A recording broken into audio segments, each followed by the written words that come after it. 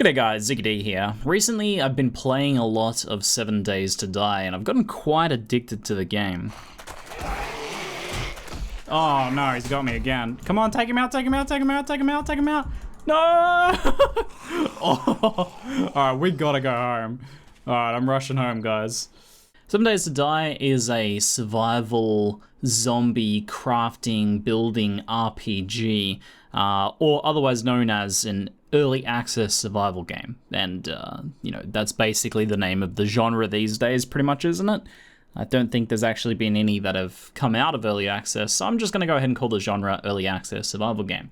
Now, while some games like DayZ and H1Z1 have started shifting their focus into more King of the Hill game styles and game modes, because their core survival elements were not really engaging enough for players, 7 Days to Die has really, I think, nailed that feeling of zombie survival, being in a survival world with harsh environment, lots of different things that you have to deal with, lots of challenges to overcome, and then the consistent feeling of threat, both when you're exploring the world, and then especially at nighttime, and with the game's twist, every 7 days a horde of zombie attacks you on the 7th night. And the fact that this has voxel elements, or Minecrafty elements, where you can build and everything can be destroyed, zombies present a threat when they attack you in these hordes because they can actually, you know, destroy your buildings. And because the game also has a physics system where if a building is not well supported and not properly supported and the weight of the building is too heavy, it will actually collapse. So you can get zombies chewing through the supports of structures and then the actual building collapsing around you. And this presents a real actual threat to the defense that is not easy to overcome until you really master the game's elements and until you've been playing for a long time.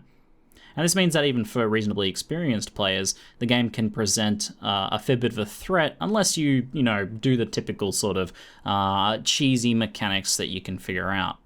So I actually checked out 7 Days to Die back when it first came out of its Kickstarter, and back then it was a steaming hot pile of trash.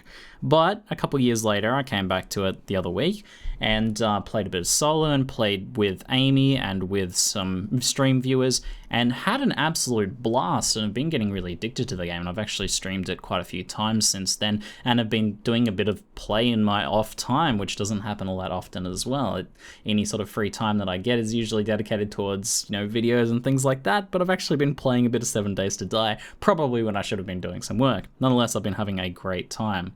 Now, the game is definitely not perfect, not even close. It's still an early access survival game, and with that comes all the trimmings. Buggy, you know, frame rate loss, not terribly well optimized, and some questionable design choices here and there. There are a few things that bug me about the game. The game has a fairly in-depth RPG system with skills and perks and recipes that you unlock, but a lot of those recipes are hidden behind books that you have to scavenge and find, and this is satisfying when you find those books, but it does feel fairly restrictive, so that's one aspect of the game that I haven't really enjoyed all too much. Like, for example, when you find the components of a pistol or a receiver and a handle and a barrel and stuff like that, I figure some wasteland survivalist could probably sit down for half an hour and figure out how to put a pistol together, but before you can do that, you actually have to read a book that tells you how to put a pistol together, and I could see if some sort of benefits were gained by reading a book in terms of like the quality of the pistol and, you know, its performance and things like that, and, you know, your maintenance of it,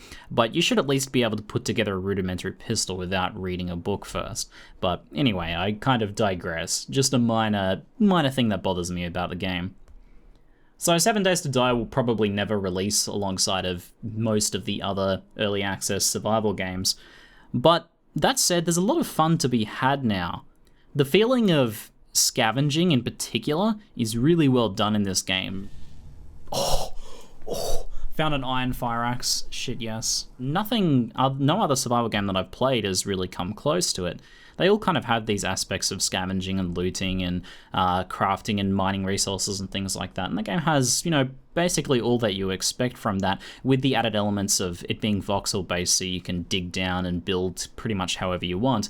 But the scavenging in particular is really beautiful. I get this real Walking Dead feeling when I walk into a town and I see that there's a lot of walkers there or a lot of zombies, and you know, firing a gun creates a sound that draws them to you, or if you're carrying meat, it draws them to you and that presents extra threats, and you'll try and round them up and take down the horde or lead them away from town so you can start scavenging through buildings. And most buildings are locked up as well, so you bring an axe with you and you chop down the doors, or you try and chop through a weakened section of wall so you can get into the house and search the fridges and the cupboards, just trying to find some food or some resources, or if you're really lucky, a gun.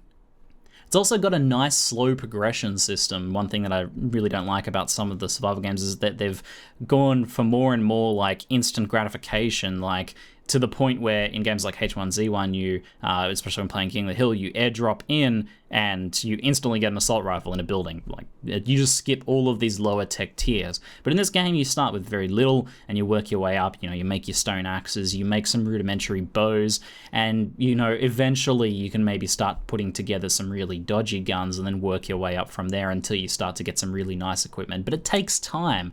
It takes hours and hours of play to work your way up, even to a pistol sometimes.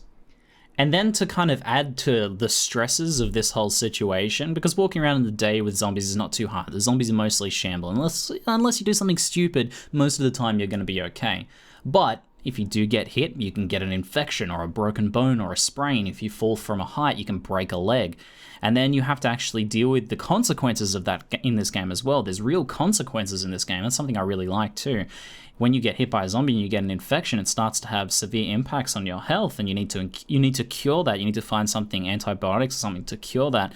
And if you fall off something and sprain your ankle, then you need to create a splint and splint your leg. But that's not instantly healed. You've then got a splintered injury that you have to wait, give time to recover. And while you do that, you're vulnerable, because if you fall from even a medium height, at that point with a sprained leg, you can potentially re-sprain it, breaking the splint, or you can even upgrade it to a breakage and, you know, have a much more severe situation where you're really hobbled and slowed down. I've spent ages roaming around fighting dysentery, trying to look for some resources to cure that, whilst also, you know, falling off a height and spraining my leg and having to deal with the slowed move speed as well. And then on top of that, you have the environmental effects. If you're in a desert climate, then you're going to have to find some clothes that can cool you down, like a poncho and hat and things like that. And if you start to overheat, then your thirst degrades faster and you start to become dehydrated, and that puts extra pressure on your already limited water supplies. Or if you're in a cold environment, you need to find some nice warm clothes, otherwise you start to freeze. And then the rains come in as well, and if you're not protected, if you don't have shelter, or if you don't have some clothing that can keep the rain off you, then you'll get too cold as well. That'll speed up how quickly you get cold.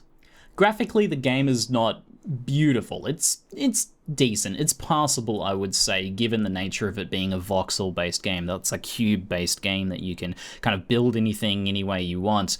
But that said, although it's not beautiful exactly, it is very immersive. Sitting on the roof in the desert in the zombie apocalypse holding a candle. That seems about right.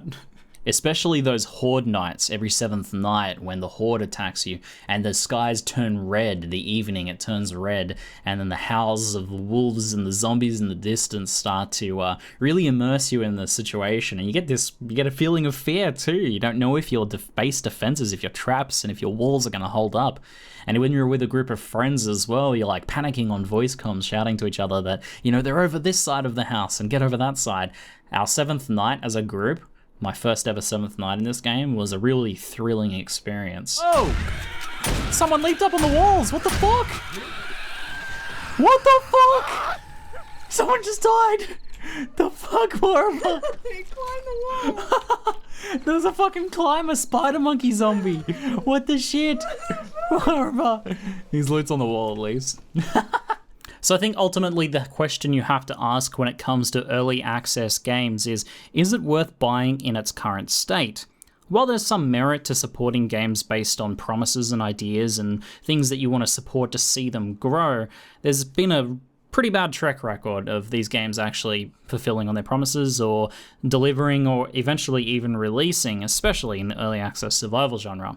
So I think as a consumer, you have an obligation to yourself to buy something that's going to be good value for you in its current state if no other additions are made. Is 7 Days to Die in that state? Yeah, I think it is. The current gameplay experience that it offers is very fun, very addictive, and pretty complete. Like, even though this is not a complete game and the developers must want to do a lot more stuff to it because it's still in alpha, according to them, it is right now extremely playable, something you could easily sink 50 to 100 hours into, maybe even longer if you just get really hooked on this style of game.